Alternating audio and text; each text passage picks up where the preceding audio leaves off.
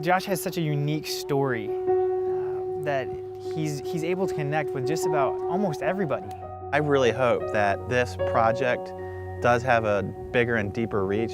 Josh's story is in a sense a story that all people can relate to. Well, this is a timeless story.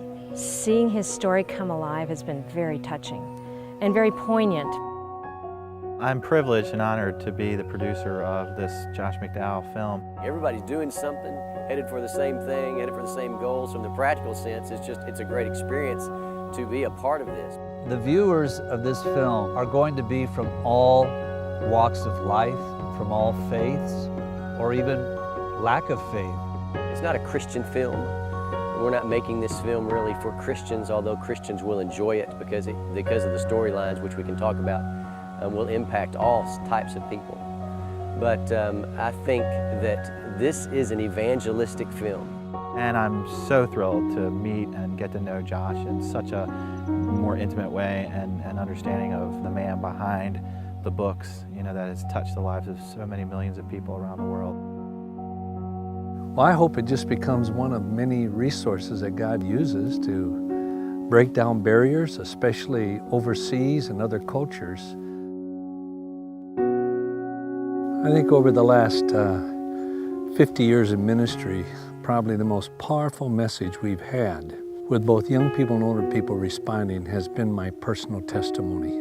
But I think what makes this different is this is about his life. It's a very vulnerable story, so the sets that are chosen, the way that it's being filmed, the crew that's been chosen, it is just perfect. Josh grew up in an alcoholic situation. He was sexually abused. His family was very dysfunctional. We had a dad that was present at home but was really absent.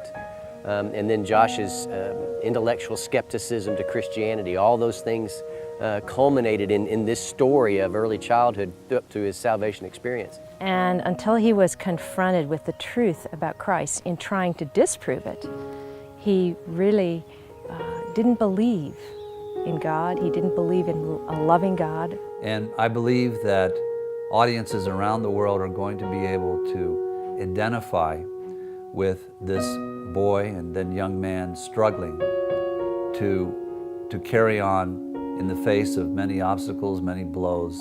And after an initial meeting with Josh and his staff and his wife Dottie, I wrote the first draft, the first few drafts of the script and the polish and so forth. I think Chris has done just an amazing job of capturing that story, allowing people to be able to relate to that. Well, there's a lot of energy and excitement on the set. I'm loving working with the crew. I love the camaraderie that's developed in a very quick time, the professionalism of everybody that we're working with. I don't think any crew would ever live up to the crew that we've had here. It's been a good team of professionals and a lot of new people too that have helped out. I think the most impressive thing that I have seen is watching the crew. Doug Maddox is just a great guy. He's a wonderful producer. Rich Brower has been a fantastic DP, cameraman, and his team have loved working with them. Jean-Yves Munch from France has been such a pleasure to work with. He's just such a talented sound recordist, ably assisted by David Johnson.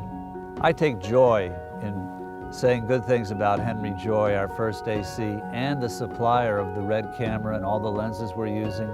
Another highlight for me is working with my daughter, Sarah, who is an incredibly talented editor. Both Josh and Dottie were so touched, and in fact, it was a real emotional experience for them to be here in Michigan. I think it was powerful for him. It made his story come alive again. Shooting films in fall in northern Michigan is about as great as it can be. It's been incredible. It's not a highly filmed area. We hope that will change from now on as we keep bringing more films up here. We're shooting in Michigan primarily because this is the state where Josh was born and raised. Though he technically grew up in the South, we chose to film in northern Michigan because of the beauty of these surroundings. We've been shooting in the Traverse City area. It's just perfect for remembering the early years of Josh. It's not coming up, just filming 1, 2, 3, 4, 5, 2, 3 weeks and being done. We've spent the time, we've taken the care, and we are filming authentically. We're in autumn shooting here in Traverse City, and that also was deliberate on our part to take advantage of the wonderful fall colors.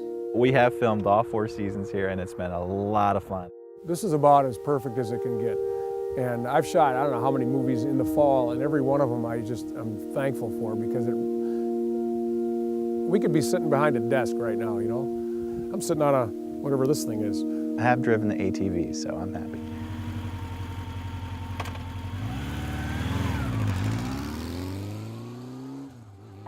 Casting is significant in a film like this. You know, I remember how we cast Alan Williams in the role of Josh, a key role, obviously, for the film. He was the very last person to audition for that part. A couple things I'm looking forward to in this production is really getting into the heart of the story and the meat that's there with Josh's history.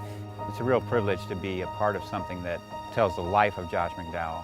The one thing that stood out most to me would be just the actor's emotion. Carmela, who plays Edith, is a trooper. She is amazing, absolutely amazing actress. And Tom, who plays Wilmot, the abusive dad, is also another A-plus actor. And Alan, who plays old Josh, and we've got John, who plays young Josh. You know, I loved working with John Klicka. What a talented young man, a bright young man, a joy to work with. And he had so much enthusiasm for the part.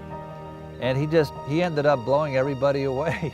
The environment around the set has been great, and everyone's been really cheerful, and some of the scenes have been really hard. It feels like it was really them. What's the time period piece, 1950s, and so we've got cars from that vintage area, we've got wardrobe. This is an incredible, fun movie to work on. The movie is set during the 1950s for the most part. So we're talking about an era 60 plus years ago. And in recreating that epoch, that period of time, there are many opportunities, I think, to create a style that is evocative of another era, another time. Art direction is so important. Art department by Philip Carroll has just been marvelous to work with. Gosh, when I saw his work, I said, I want to work with that guy. And he has been performing outstandingly, putting together every set that we need.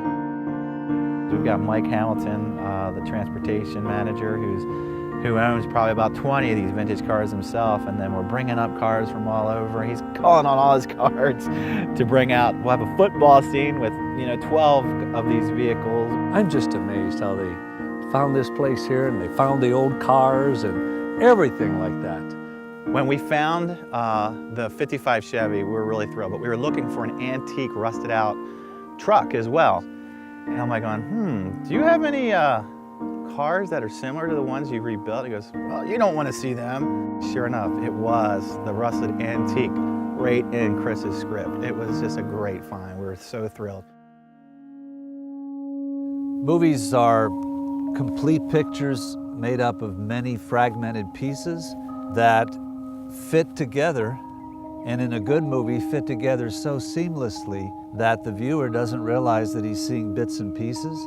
He sees instead a very compelling whole.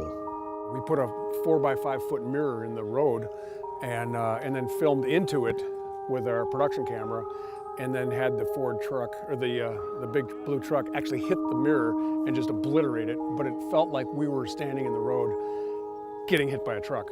And that's what they're cleaning up right now, because there's busted glass all over the place, but it was on purpose, and everybody's happy and nobody got hurt, and the shot is unbelievable. The particular shot we're working on at the moment is obviously of primary importance in the moment of filming, but it must also be evaluated for its merits within the bigger context of the whole movie. What we shot were little interstitial pieces of the film, and So we kind of needed a roadmap sometimes to figure out, well, wait, no, it was that, and then this was this, and that was that. And so what was fun about that was to watch Chris Cruz and try to keep it all straight. At the end of the day, all of this is about faith and trust and grace. We found a wonderful location of an abandoned farm, which was part of the story, that Josh revisits. But this is beautiful. We found a great location. Today we're at the Brzezinski farm. We're filming all over Traverse City, and this farm itself is a godsend because of how we found it. It's a private residence. It's just perfect for remembering the early years of Josh. So it has this run-down, beaten, weathered look to it, and Josh is walking through it, imagining, remembering what he went through as a child. So just with that setup alone, we're in sort of another dimension, another world of memory. Being on this property right here is not the property where I was born and raised, but it's so similar to it.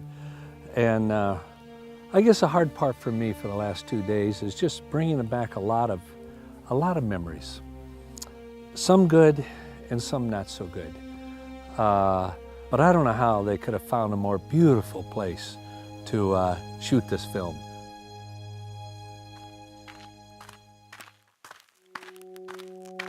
This is the time to capture Josh's story in a significant way so that it can be used for years to come. And when it's all said and done, and we get this thing distributed, because the goal is to give this out as many places as we can internationally, put it into not just English, but we've already thought of 30 different languages that we'd like to put it into, not just because we want to put it into languages, but because the need is out there. People have heard about this project across the world and have said, hey, when you get it done, we want it in our language. I'm so thrilled that Josh has a vision for many, many languages for this film. The ultimate goal is to give it away as often as we can. Well, because so many parts of the world, people who want to share their faith in Christ are at risk at their very lives. There are some things that we can't share with you, but what we can share is we think this story can go anywhere a great story can go. And I think the sky's the limit. I think it can be used in small group settings, it can be used individually, it could be downloadable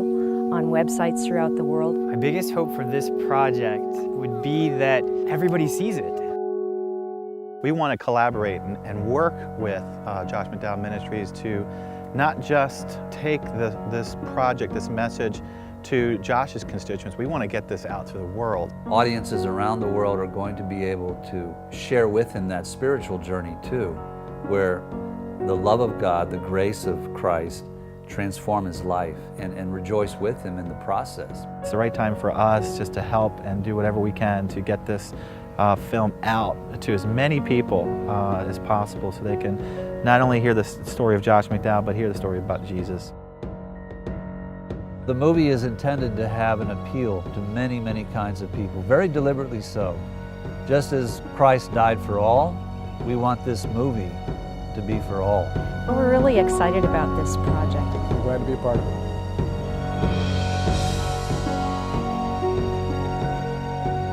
One of the things he'll tell you, though, it's not about him. It's about God's faithfulness.